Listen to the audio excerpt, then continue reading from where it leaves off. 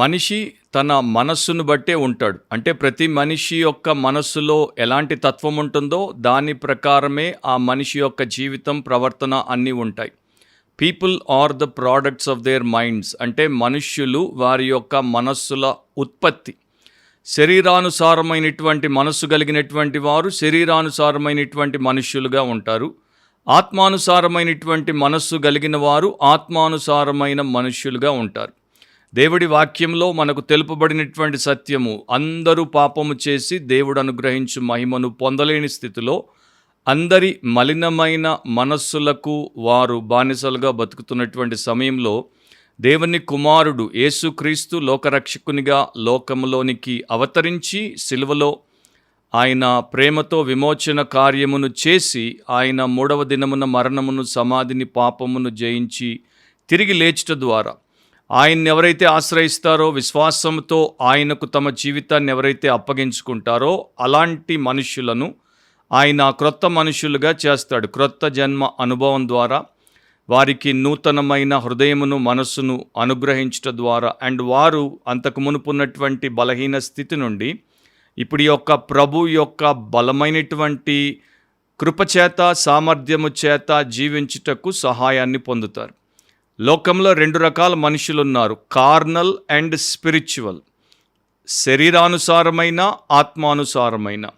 Carnal man, శరీరానుసారమైన మనిషి ఇంకా రక్షణ పొందకుండా బతికేటువంటి వాడు.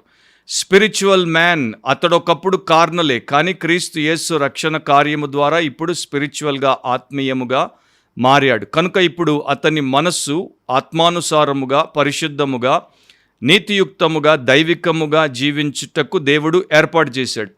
అయితే క్రైస్తవ సంఘంలో ఎక్కువగా అత్యధికులు శరీరానుసారమైన మనస్సు కలిగినటువంటి వారే. ఆత్మానుసారమైన మనస్సు గలవారు చాలా తక్కువ మంది. ఒకప్పుడు మ్యూస్ అనేటువంటి పేరు కలిగినటువంటి ఒక గ్రీకు దేవత గురించి ఒక ఉపమానం చెప్పారు. మ్యూస్ అంటే MUSE. దాని అర్థం, ఆ దేవతకు ఆ పేరు ఎందుకు వచ్చిందంటే, ఆ దేవత ఎప్పుడు కూడా ధ్యానంలో ఉండడం, ఆలోచనతో ఉండడం, ప్రతి విషయాన్ని విశ్లేషిస్తూ ఉండడం, ఏకాంతంలో ఉండడం, పాండర్ చేస్తూ ఉండడం, దానికే తన జీవితాన్ని సమర్పించుకుంది కనుక ఆ దేవతకు మ్యూస్ అంటే ఆలోచించే దేవత, విశ్లేషించే దేవత అని పేరు పెట్టేశారు. ఇక తర్వాత కాలంలో మనకు అమ్యూజ్ అనేటువంటి పదము ఆంగ్లంలో జోడించబడింది. ఆ మ్యూజ్ అంటే మ్యూజ్ ముందు ఆ అనేటువంటి అక్షరాన్ని పెట్టినప్పుడు ఆ మ్యూజ్ అంటే ఆలోచన లేకుండా ఉండుట. ఉదాహరణకి థీయిస్ట్ అంటే దేవుని యందు భక్తి గలవాడు, విశ్వాసం గలవాడు. ఆ థీయిస్ట్ అంటే దేవుడంటే విశ్వాసం, భక్తి లేనివాడు. సో ఆ మ్యూజ్ అంటే ఆలోచన లేనివాడు. అందుకనే దీంట్లో నుండే మనకి ఇంకొక పదం పుట్టుకుని వచ్చింది, దాన్ని అమ్యూజ్మెంట్ అంటారు. అమ్యూజ్మెంట్ అంటే ఎంతసేపు ఆలోచన లేకుండా వినోద కార్యక్రమాలతో మనము ఆహ్లాదమును కలిగి ఉండుట. ఈ ఎంటర్టైన్మెంట్ ఇండస్ట్రీ, వినోద పరిశ్రమ ఏదైతే ఉందో దాంట్లో ప్రొడ్యూసర్లు, డైరెక్టర్లు, యాక్టర్లు, దాని తర్వాత క్రీడలు కూడా వినోద కార్యక్రమాలుగానే మారిపోయాయి కనుక దాంట్లో ఉన్నటువంటి స్పోర్ట్స్ ప్లేయర్స్ వీళ్ళందరూ మన కొరకు ఆలోచిస్తారు. మనిషిని ఆలోచన లేకుండా చేసి వారు మనుషులకు ఎలా ఆలోచించాలో, ఏం చేయాలో నేర్పిస్తూ ఉంటారు. కనుక ఈ రోజున ఆలోచించేటువంటి వారు చాలా చాలా తగ్గిపోయారంటే సరైన దైవిక ఆలోచన లేనివారు, ఈ లోక సంబంధమైనటువంటి శరీరానుసారమైనటువంటి ఆలోచన కలిగినటువంటి వారే ఎక్కువ. వీరినందరినీ కూడా శరీరానుసారమైనటువంటి మనుష్యులుగా ఆ కోవలో పెట్టొచ్చు. ఇక ఆత్మానుసారమైనటువంటి మనుషులు మాత్రం చాలా తక్కువ మంది. వాక్యపు వెలుగులో ప్రతి వ్యక్తి తన జీవితం ఏ రకంగా ఉందో పరీక్షించుకోవాలి. తాను శరీరానుసారో, ఆత్మానుసారో తప్పకుండా చూసుకోవాలి. ఎందుకంటే ఇది శరీరానుసారమైనటువంటి మనసు ఆ మనిషి యొక్క మిషన్ని, అంటే జీవిత లక్ష్యాన్ని, తర్వాత ఆ మనిషి మీద మాస్టరీ, నా మనిషి జీవితం మీద పట్టును కలిగి ఉన్నప్పుడు ఆ జీవితం అధోగతి పాలైపోతుంది. బిబ్లికలీ స్పీకింగ్, వాక్యానుసారంగా మాట్లాడితే అనే క్రిస్టియన్ పాడ్కాస్ట్కి మీకు అందరికీ ప్రభు అయిన యేసుక్రీస్తు అతి శ్రేష్టమైన నామమున స్వాగతం. ఈరోజు మన ఎపిసోడ్లో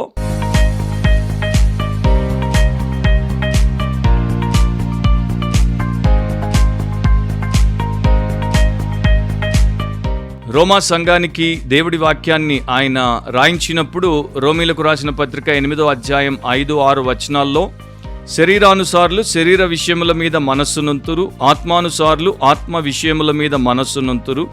శరీరానుసారమైన మనస్సు మరణము, ఆత్మానుసారమైన మనస్సు జీవమును సమాధానమునై ఉన్నది అని దేవుడు రాయించాడు. ఈరోజు మన పాడ్కాస్ట్ యొక్క అంశం ఏంటంటే ఆత్మానుసారమైన మనస్సు, ద స్పిరిచువల్ మైండ్. ఇక్కడ దేవుడి వాక్యము మనం చూసినప్పుడు ఇంగ్లీష్ బైబిల్లో 6వ వచనంలోనే మనకు కావలసినటువంటి ఆ 2 విషయాలు రాయబడ్డాయి. For to be carnally minded is death, but to be spiritually minded is life and peace. ఈ 2 విషయాలు కూడా ఇంగ్లీష్ బైబిల్లో 6వ వచనంలో రాయబడ్డాయి. కాకపోతే తెలుగు బైబిల్లో ఆ శరీరానుసారమైన మనస్సు మరణము అనేది 5వ వచనంలోకి వచ్చింది. ఇక మిగతా భాగం 6వ వచనంలో కనబడుతుంది. అందుకని 2 వచనాలు నేను చదివాను. సో దేవుడు ఒక మనిషి యొక్క మనస్సును బట్టి వాడి యొక్క భవిష్యత్తు ఉంటుంది. ఐదర్ జీవించుటనైనా జీవిస్తాడు, లేకపోతే మరణానికైనా అప్పగించబడతాడు. ఇది ఒక తిరుగులేని సత్యం అని రాయించాడు. ఇక్కడ 2 మనస్సులు, 2 మనస్తత్వాలు, 2 జీవిత అనుభవాలు, ఆ తర్వాత 2 జీవన గమ్యాలు ఇవి మనకు కనబడుతున్నాయి. సో 2 డిఫరెంట్ మైండ్ సెట్స్ అన్నమాట. అండ్ ఇది సమాజంలోనే కాదు, క్రైస్తవ సంఘంలో కూడా మనకు కొట్టొచ్చినట్టు కనబడుతూ ఉంటుంది. కాకపోతే 2 మనస్తత్వాలు అనేది క్రైస్తవ లోకంలో ఈ మధ్య ఎక్కువగా మనం చూస్తున్నాం.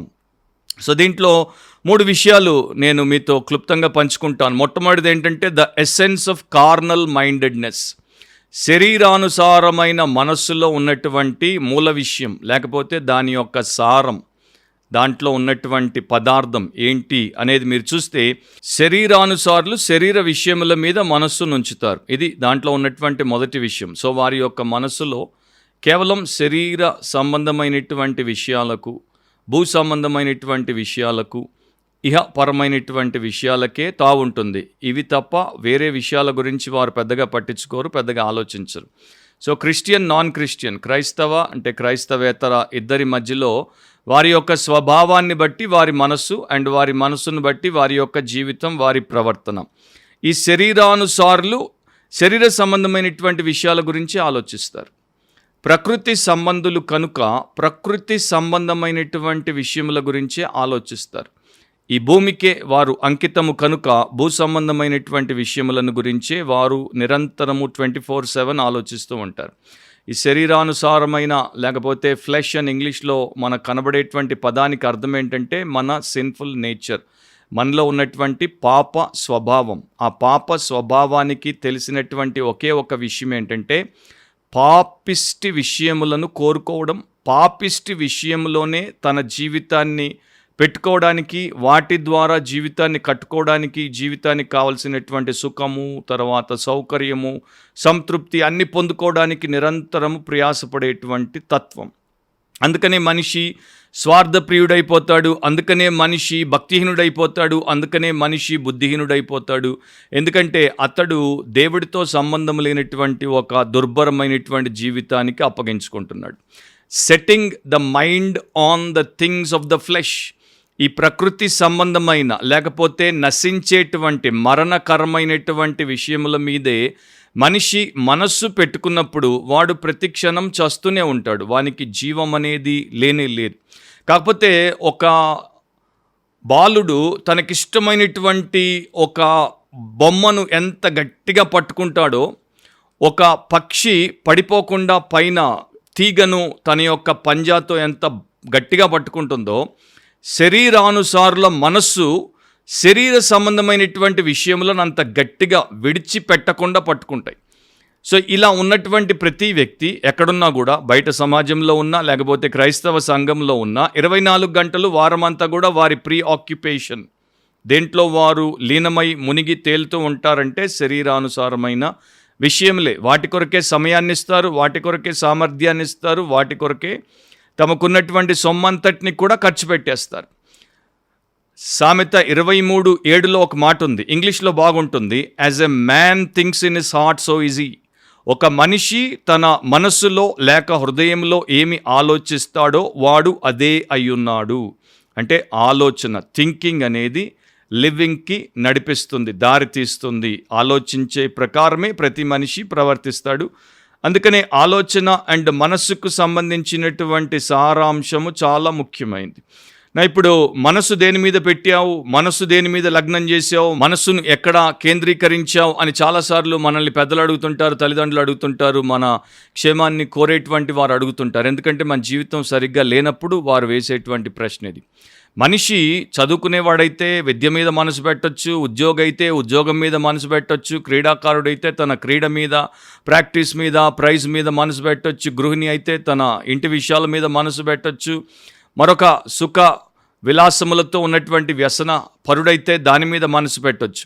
అయితే వీరు కేవలము వీటిని అలా తీసుకొని ఇలా విడిచిపెట్టేసేటువంటి వారిగా ఉంటే బాగానే ఉంటుంది. కానీ అమితంగా వాటి గురించి ఆలోచించినప్పుడు ఇక అదే వారి లోకమైనప్పుడు వారు దారి తప్పిపోయారు.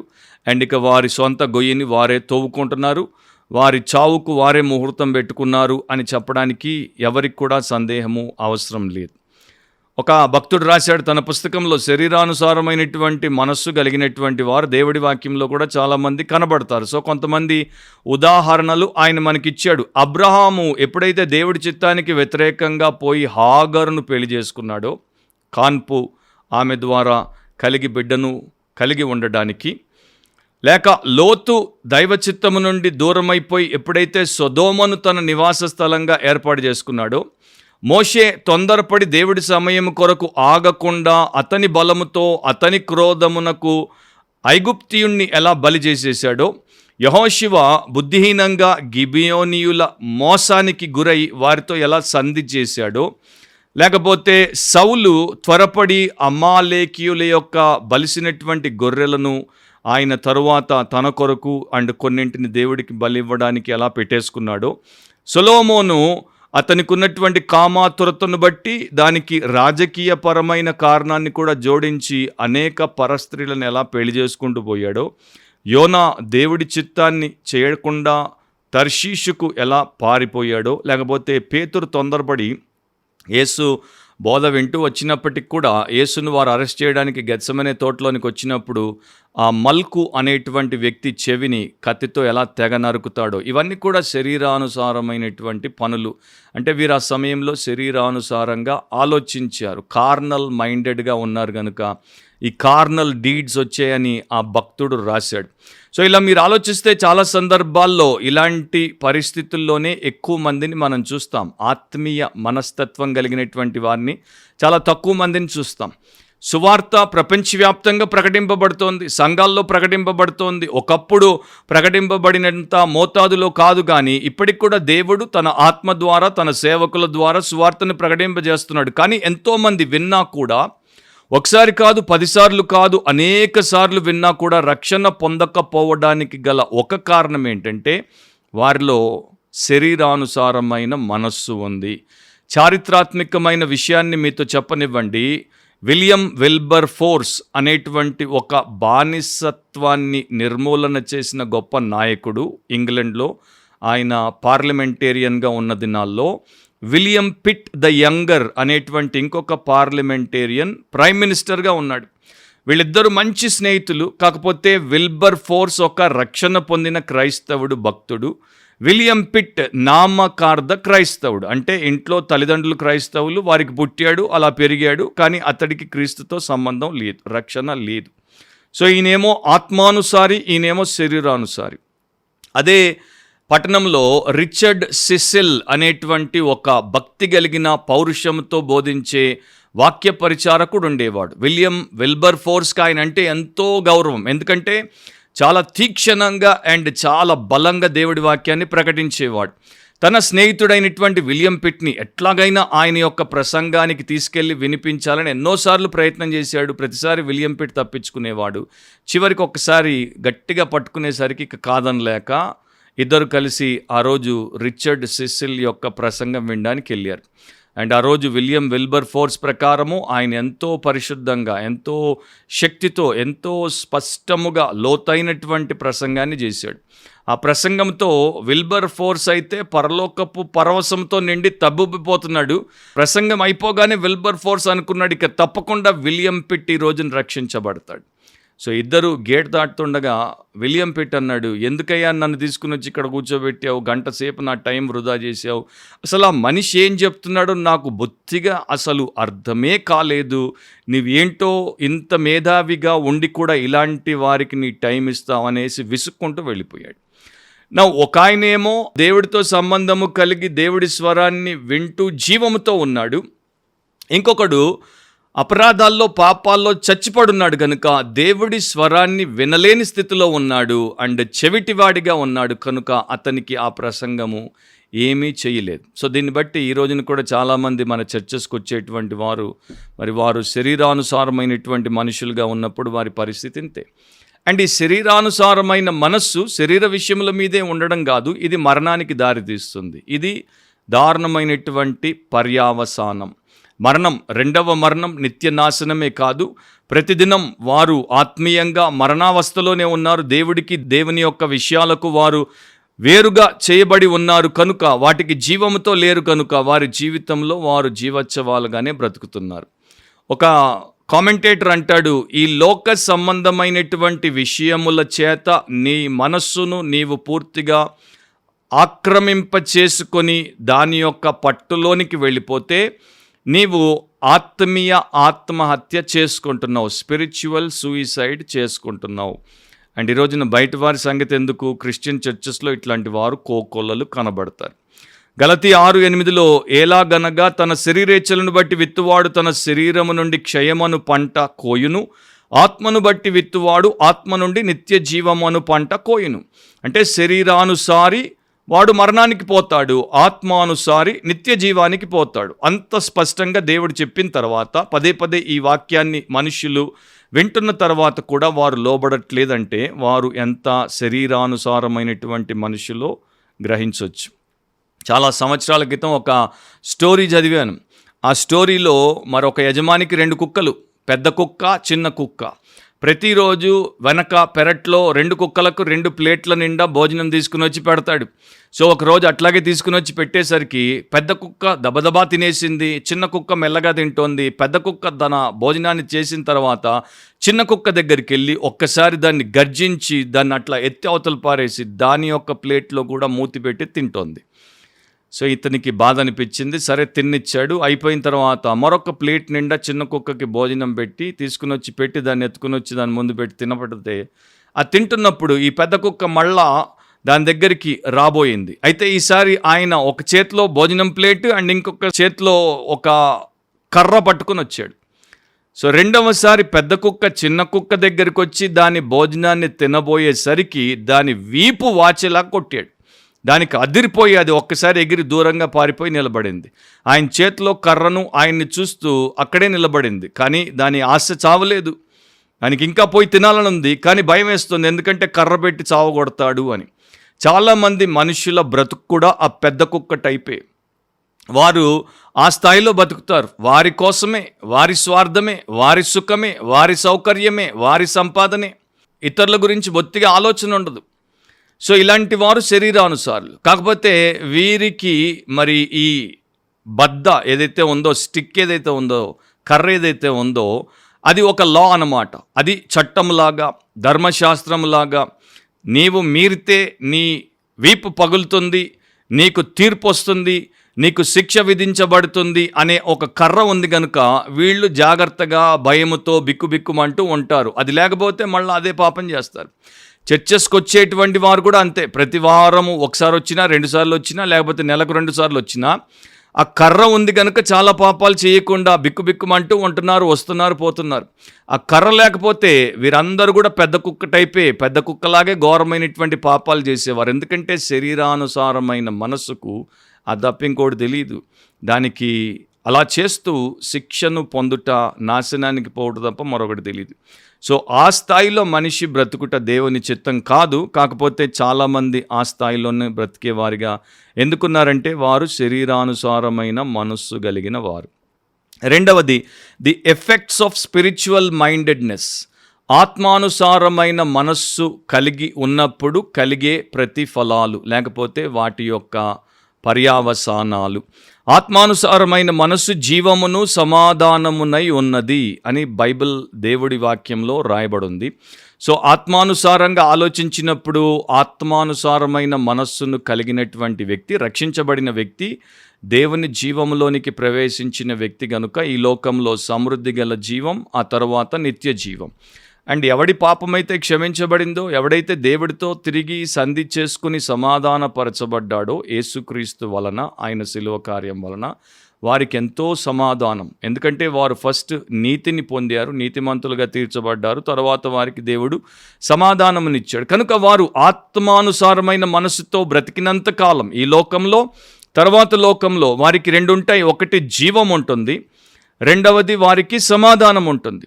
లోకము ఈ రకమైనటువంటి జీవితాన్ని తూలనాడుతుంది, చాలా చిన్న చూపు చూస్తుంది. అబ్బో, ఇతనికి దేవుడంటే భయం, ఈమెకి దేవుడంటే భయం, భక్తిపరులు వీరు లోక సంబంధమైనటువంటి పాపాలు చెయ్యరు, వీరికి ఎప్పుడు ప్రార్థన, వీరికి ఎప్పుడు బైబిల్ పఠన, బైబిల్ ధ్యానం, ఉపవాసం, కూడికలు, వీరికి సంఘము, దేవుడి సేవ అని మనల్ని ఎగతాళి చేస్తూ ఉంటుంది. వాళ్ళందరూ చచ్చినోళ్ళు మనకు ఎగతాళి చేసినంత మాత్రాన మనం ఫీల్ అయిపోవాల్సిన అవసరం లేదు.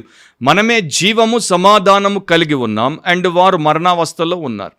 అయితే చాలామంది ఈ ఆలోచన కలిగి లేకపోవడం చేత వారు కూడా ఈ బలహీనమైన నామకార్థమైనటువంటి క్రైస్తవులు లోకం వైపు లాగబడుతూ ఉంటారు.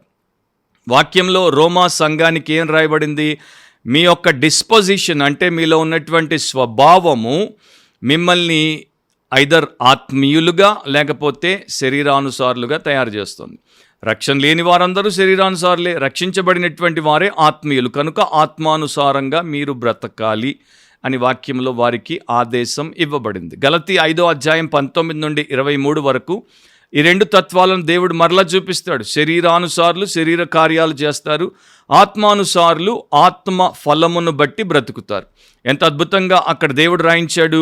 శరీర కార్యములు స్పష్టమై ఉన్నవి, అవేవనగా జారత్వము, అపవిత్రత, కాముకత్వము, విగ్రహారాధన, అభిచారము, ద్వేషములు, కలహము, మత్సరములు, క్రోధములు, కక్షలు, భేదములు, విమతములు, అసూయలు, మత్తతలు, అల్లరితో కూడిన ఆటపాటలు మొదలైనవి. వీటిని గురించి నేను మునుపు చెప్పిన ప్రకారం ఇట్టి వాటిని చేయువారు దేవుని రాజ్యమును స్వతంత్రించుకొనరని మీతో స్పష్టముగా చెప్పుచున్నాను. సో ఈ లక్షణాలన్నీ కూడా శరీరానుసారమైనటువంటి మనస్సు కలిగిన మనుషుల్లో ఉంటాయి. అవే వారు ఆలోచిస్తారు, వాటిని వారు ఆచరణలో పెడతారు. ఇక ఆత్మానుసారమైన మనస్సు కలిగినటువంటి ఆత్మ సంబంధులకు ఏముంటాయి? అయితే ఆత్మ ఫలమేమనగా ప్రేమ, సంతోషము, సమాధానము, దీర్ఘశాంతము, దయాళుత్వం, మంచితనం, విశ్వాసం, సాత్వికం, ఆశా నిగ్రహం. 9 గొప్ప లక్షణాలతో వీరు జీవిస్తారు. వీరి జీవితం వీటితో మరి పకడ్బందీగా పొంగి పారేటువంటి స్థితిలోనికి ఎదుగుతూ పోతూ ఉంటుంది. ఇట్టి వాటికి విరోధమైన నియమమేదియూ లేదు అని దేవుడు చెప్పాడు. సో ఆత్మ, పరిశుద్ధాత్మకు ఎవరైతే లోబడతారో, ఆయన యొక్క పర్యవేక్షణ కింద ఉంటారో, ఆయన డైరెక్షన్ ప్రకారము ఆయనకు తమను తాము అప్పగించుకొని నడిపించబడతారో వారు ఇలాంటి జీవితాన్ని జీవిస్తారు. ఒక విషయం మనందరికీ తెలుసు, నీరు పడినప్పుడు అది కిందికే పోతూ ఉంటుంది. కానీ అదే నీరు, దాంట్లో ఉన్నటువంటి నైజం నేచర్ ఏంటంటే కింది వైపుకు పారడం. కానీ అదే నీటిని మనము ఒక పైపులో వచ్చేటట్టు చేసి వెనకాల ఒక మోటార్ పెడితే ఆ నీటిని ఎంత పైకంటే అంత పైకి మనము ఎగజిమ్మేటట్టు చేయొచ్చు. అంటే దానికి ఉన్నటువంటి స్వభావానికి భిన్నంగా దాన్ని మనము మార్చొచ్చు. మనిషి యొక్క తత్వం ఏంటి? ఎప్పుడు కిందికే పోవడం, నీచంగానే ఉండడం. కానీ దేవుడు ఏం చేశాడు? మనలో ఒక కొత్త శక్తిని పెట్టాడు, ఆత్మ దేవుడిని పెట్టాడు. ఆత్మ దేవుడు ఇచ్చేటువంటి శక్తి, ఆ శక్తితో మన ఆలోచన మారింది, మన ఆచరణ మారింది. కనుక మనం చేయలేంది, మునుపు చేయలేంది ఇప్పుడు చేయగలుగుతున్నాం. మనల్ని కిందికి పోయే నీటిగా కాకుండా పైకి ఎగచిమ్మేటువంటి నీటిగా ఆయన మారుస్తున్నాడు. ఇది గుర్తించినప్పుడు మన జీవితము వేరుగా ఉంటుంది. అక్కడే 8:5 ఏమని చదివాము? ఆత్మానుసారులు ఆత్మ విషయముల మీద మనస్సునంతురు. వీరు ఎందుకు జీవిస్తారు? ఎందుకు సమాధానం ఉంటుంది అంటే వీరు ఆత్మానుసారమైనటువంటి విషయముల మీద మనసు పెడతారు. సో వీరికి లోక సంబంధమైనటువంటి విషయాలు ముఖ్యం కాదు, వీరికి దేవుడికి ఇష్టమైనటువంటి విషయాలే ముఖ్యం. సో వారు ఆత్మీయ విషయాలను ఇష్టపడతారు. అప్పుడప్పుడు వీరు దేవుడితో సంబంధం పెట్టుకునేవారు కాదు, వారానికి ఒకసారి, నెలకొకసారి వచ్చిపోయేటువంటి వారు కాదు. వీరికి ప్రతినిత్యం 24/7 వీరు దేవుడు అలా అంటుకట్టబడి ఉంటారు. ఆయన జీవం, ఆయన లేకుండా వీళ్ళు ఎట్లా బ్రతకగలరు అనే ఆ గొప్ప సత్యం తెలుసు కనుక ఆ ప్రకారం వారు ఉంటారు. అయితే వీరికి కూడా శోధనలు వస్తాయి, వీరు కూడా లోక సంబంధమైనటువంటి విషయాల చేత ఆకర్షించబడతారు, వాటి యొక్క ప్రభావము చేత పీడింపబడుతుంటారు. కానీ సాధారణంగా వీరి యొక్క రుచి, అభిరుచి, వీరికి ఉన్నటువంటి ఆశయం, వీరికి ఉన్నటువంటి లక్ష్యం, వీరికి ఉన్నటువంటి పట్టుదల ఏంటంటే ప్రభువు వలె ఉండాలి, ప్రభువునే వెంబడించాలి, ప్రభువుని సంతోషపరచాలి, ప్రభు చిత్తాన్ని చేయాలి, ప్రభువుకి మహిమ తేవాలి, ప్రభు చేతుల్లో సాధనంగా ఉండాలి, ప్రభు కొరకు ఫలించాలి, ప్రభు పేరట 10 మందికి ప్రయోజనకారులంగా ఉండాలి. సో వీరి యొక్క ఆలోచన అంతా కూడా స్పిరిచువల్. వీళ్ళంతా కూడా ఒకవేళ మతస్థులైనా కూడా వీళ్ళందరూ కార్నల్ కనుక రిచువల్ అట్లాగే వారు ఉంటారు. సో మనము మన యొక్క టైంని దేంట్లో ఖర్చు పెడుతున్నాం? వారంలో 7 రోజులు ఉంటాయి. మీరు ఆలోచించి మీ యొక్క జీవితపు పరిస్థితి ఏంటో చూసుకోవచ్చు. అంటే మీ మైండ్ సెట్ ఏంటో తెలుసుకోవచ్చు. ఎంతసేపు ఏమి తిందును, ఏమి తాగుదును, ఏమి ధరింతును అనుకుంటే లోకస్తుల్లాగే ఆలోచిస్తున్నాం. ఎంతసేపు నా కోరిక, నా సుఖం, నా సంతోషం, నా సంతృప్తి, నా ఇష్టం, నా ఉద్యోగం, నా వ్యాపారం, నా ఇది, నా అది అనుకుంటే మనం ఇంకా లోకస్తుల్లాగే శరీరానుసారులుగానే ఉన్నాం. ఎంతసేపు ఆయన ఇష్టం, ఆయన చిత్తం, ఆయన రాజ్యం అని అనుకుంటే అది వేరుగా ఉంటుంది. సో ఇక్కడ ప్రతి మనిషి కూడా చాలా జాగ్రత్తగా ఈ విషయాలను చూసుకోవాలి.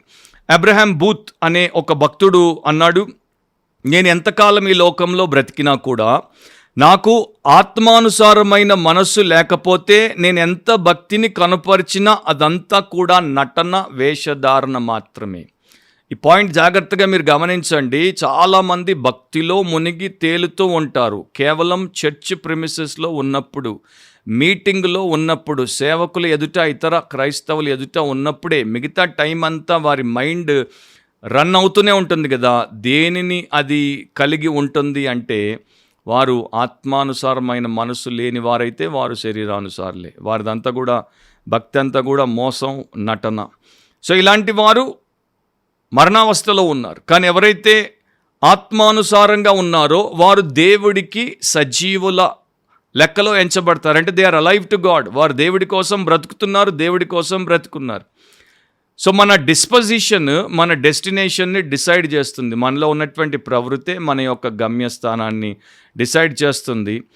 జెర్మయా బరోస్ అనే ప్యూరిటన్ భక్తుడు రాశాడు, నీవు ఒకవేళ ఎప్పుడైనా పరలోకానికి వస్తే ఈ భూలోకంలో ఉన్నప్పుడే ఆ పరలోకపు సూత్రం నీ ఆత్మలో పెట్టబడింది కనుకనే పరలోకానికి వచ్చావు. సో దేవుడు భూలోకంలో నీకు పర సంబంధమైన మనస్సును, పర సంబంధమైన హృదయాన్ని ఇచ్చాడు కనుకనే పరలోకానికి చేరావు అని ఆయన చెప్పాడు. సో నా ప్రియ సహోదరి సహోదరులారా, నీవు పరలోకానికి వెళ్తున్నామో లేమో ఇప్పుడే తెలుసుకోవచ్చు. మనది పర సంబంధమైన మనసా, పర సంబంధమైన హృదయమా, లేకపోతే ఇహ సంబంధమైన మనసా, ఇహ సంబంధమైన హృదయమా? ఎప్పుడు ఈ విషయంలో మీరు నిర్లక్ష్యం చేయొద్దు. సో పరిశుద్ధాత్మను దేవుడు ఎందుకు మనలో పెట్టాడు? పరిశుద్ధమైన కోరికలను మనకిచ్చి, పరిశుద్ధమైన ఆలోచనలతో మనల్ని నింపి నడిపించడానికి. మరి మీరు వారమంతా పరిశుద్ధాత్మ హయాంలో, పరిశుద్ధాత్మ నడిపింపు కింద ఉన్నారా? లేకపోతే ఇంటర్నెట్, సోషల్ మీడియా వగైరా వాటి యొక్క డామినేషన్ కింద, డిక్టేషన్ కింద మీ జీవితంలో శరీర ఇచ్ఛలు అంటే ఫ్లెషీ లస్ట్స్కి బానిసలై బతుకుతున్నారో చూసుకోండి. ఒక ఇంగ్లీష్ మ్యాన్ చాలా ధనికుడు, ఆయనకి పెద్ద కుటుంబం ఉంది, ఆయనకి విస్తారమైనటువంటి ఐశ్వర్యం ఉంది, వ్యాపారాలు ఉన్నాయి, ఎన్నో చోట్ల ఎన్నో ఇళ్ళు ఉన్నాయి, బండ్లు ఉన్నాయి. కాబట్టి ఒక చోట ఉండేవాడు కాదు. ప్రతినిత్యం తన కుటుంబాన్ని మకాం మారుస్తూనే ఉండేవాడు. ఒకసారి ఇక్కడ, ఒకసారి అక్కడ, ఒకసారి ఇంకోసారి ఇంకో చోట. సో స్నేహితుడు అడిగాడు, ఎన్నిసార్లు ఇట్లా మారుతుంటారు, నీకు ఒక చోట కుదురుగా ఉండేటువంటి లక్షణం లేదా అంటే ఆయన అన్నాడు, నేను ఎక్కడున్నా కూడా నాకు నెమ్మది లేదు, తృప్తి లేదు. ఎక్కడ ఆ నెమ్మది తృప్తి ఉంటే అక్కడ స్థిరపడదామంటే నాకు అది ఇంకా దొరకట్లేదంటే ఈ స్నేహితుడు నవ్వి ఒక మాట అన్నాడు, నీకు తృప్తి అండ్ ఆ నెమ్మది నీ యొక్క నివాస స్థలాల్లో దొరకవు, అది నీ మనస్సులోనే నీవు పొందుకోవాలి. నీ మనస్సు సరిగ్గా ఉంటే దేవుడు వాటిని నీకు ఇస్తాడు, నీ మనస్సు సరిగ్గా లేకపోతే అది నీకు ఎన్నటికీ దొరకదని చెప్పాడు. సో ఈరోజు చాలామంది వారి మనస్సులు సరిగ్గా కలిగి లేరు కనుక, శరీరానుసారంగా ఉన్నాయి కనుకనే ఇలాంటి ఘోరమైనటువంటి స్థితుల్లో బతకాల్సి వస్తుంది. ఇక ఫైనల్ పాయింట్ ఏంటి? The embrace of spiritual mindedness. ఆత్మానుసారమైన మనస్సును మనము హత్తుకొని ఉండుట. ఎలా దాన్ని మనం చేయాలి? ఆత్మానుసారులు ఆత్మ విషయముల మీద మనస్సునుంతురు. సో ఇది ప్రిన్సిపల్ అనమాట. ఆత్మానుసారులు దేని మీద మనసు పెడతారు? ఆత్మ విషయముల మీద మనసు పెడతారు, దేవుడి విషయాల మీద మనసు పెడతారు. సో వారికి దేవుడి యందు ఆనందం, ఇక దేని యందు అంత ఆనందం ఉండదు. పరిపూర్ణ ఆనందం దేవుని యందే. మనము గ్రహణం పట్టినప్పుడు ఆ చంద్రుణ్ణి కానీ ఆ సూర్యుడిని కానీ పూర్తిగా చూడలేం, ఎందుకంటే ఈ గ్రహణం అడ్డం వచ్చేస్తుంది, మసకబారిపోయేటట్టు చేస్తుంది. సో ఒక భక్తుడు అంటాడు, మనల్ని ఒకవేళ దేవుడు చంద్రమండలం మీదకి తీసుకెళ్ళి నిలబెట్టి అక్కడి నుండి భూలోకాన్ని చూపిస్తే అది చాలా చిన్న చుక్కలా కనబడుతుంది. దాని మీద మనకు ఏ మాత్రం మనస్సు ఉండదు, దాన్ని మనం చూసి ఛ అనుకుంటాం. ఒకవేళ అక్కడి నుండి దేవుడు మనల్ని ఇంకా పరలోకానికి తీసుకెళ్ళి నిలబెడితే ఇక ఈ సృష్టి అంతటిని కూడా మనం చూసినప్పుడు చాలా చిన్నగా చూస్తాం కనుక ఛ అనుకుంటాం. సో ఆ తత్వము ఇప్పుడే ఇక్కడ భూమి మీద మనం ఉన్నప్పుడే పెంపొందించుకోవాలి. మనల్ని దేవుడు నిజంగా తీసుకెళ్ళి అక్కడ నిలబెడితే అప్పుడు కాదు మనకు వచ్చే లక్షణం, ఇప్పుడే ఆ లక్షణం కావాలి. అది దేవుడి వాక్యంలో నేర్పించాడు, అది పరిశుద్ధాత్మ ద్వారా మనకు నడిపింపులో ఇస్తున్నాడు. సో నీవు అట్లా ఆలోచించు, వెరీ సింపుల్. అంతా కూడా నీ లైఫ్లో తారుమారైపోతుంది. అంటే మంచి కొరకే నీ జీవితము సరిదిద్దబడుతుంది. సమరయ స్త్రీ యేసుప్రభుని ఎదుర్కోగానే మెట్ట మధ్యాహ్నం బావి దగ్గరికి నీళ్లు చేదుకొని కొండ నింపుకోవడానికి వచ్చింది, కానీ యేసుప్రభుని జీవ జలాన్ని ఎదుర్కోగానే కొండ వదిలేసింది. సో అలాగే ఆయన లేనంత వరకు ఈ లోక సంబంధమైనటువంటి వాటితో తృప్తి పొందడానికి, నింపుకోవడానికి మన కొండలు మోస్తూ ఉంటాం. ఆయన రాగానే కొండలు వదిలేయాలి. ఆయన వచ్చిన తర్వాత కూడా ఆయన వదిలేసి కొండ మోస్తాను అంటే ఇక వారికన్నా భక్తిహీనులు, బుద్ధిహీనులు ఇంకెవరైనా ఉంటారా? సో 5 కారణాలు ఒక్కొక్క మాటలో చెప్పనివ్వండి. How to develop spiritual mindedness, ఆత్మానుసారమైన మనస్సును ఎలా వృద్ధి చేసుకోవచ్చు.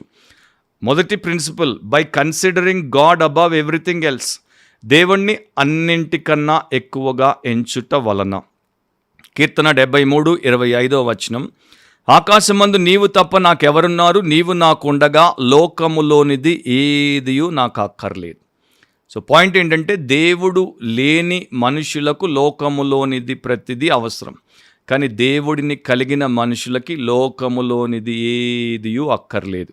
నేను క్రిస్టియన్, నేను డిసైపుల్, నేను బిలీవరు, నేను గాడ్స్ చైల్డ్ అని నువ్వు చెప్పి దేవుడిలో నీకు సంతోషము, సంతృప్తి, సమాధానము లేకుండా ఆయన్ని పక్కన పెట్టేసి లోకంలో ఏదో ఒకటి నువ్వు దొరకపుచ్చుకొని దాంట్లో ఆనందిద్దాం అనుకుంటే నీవు దైవ సంబంధివి కావు. ఎందుకంటే నిజంగా దైవ సంబంధికి ఆయన ఉంటే లోకంలోనిది ఏది అక్కర్లేదు.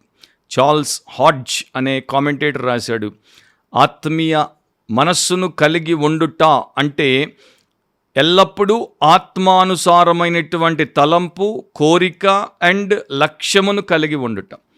అండ్ ఆత్మ విషయములేంటి? దేవుడు, క్రీస్తు, సత్యము, పరిశుద్ధత అండ్ యేసుక్రీస్తు యొక్క రాజ్యానికి సంబంధించినటువంటి శ్రద్ధ, ఆసక్తులు. రెండో principle, by contemplating much upon heaven and its Lord, పరలోకం మీద, అక్కడ దానికి ప్రభువుగా ఉన్నటువంటి ఆయన మీద ఎక్కువగా ధ్యానమును కలిగి ఉండుట. ఫిలిప్పీ 3:20 మన పౌరస్థితి పరలోకమునందున్నది, అక్కడ నుండి ప్రభు అయిన యేసుక్రీస్తు అను రక్షకుని నిమిత్తము కనిపెట్టుకొని ఉన్నాం.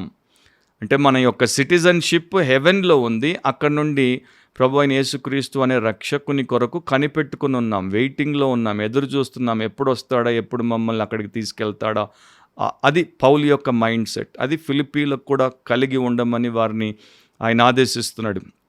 సో జేసీ రైల్ అనే సేవకుడు రాశాడు, మనము ఎంత పర సంబంధమైనటువంటి మనస్సు గలవారమై ఉండాలంటే పరలోకపు అభిరుచులే మనకు ఉండాలి.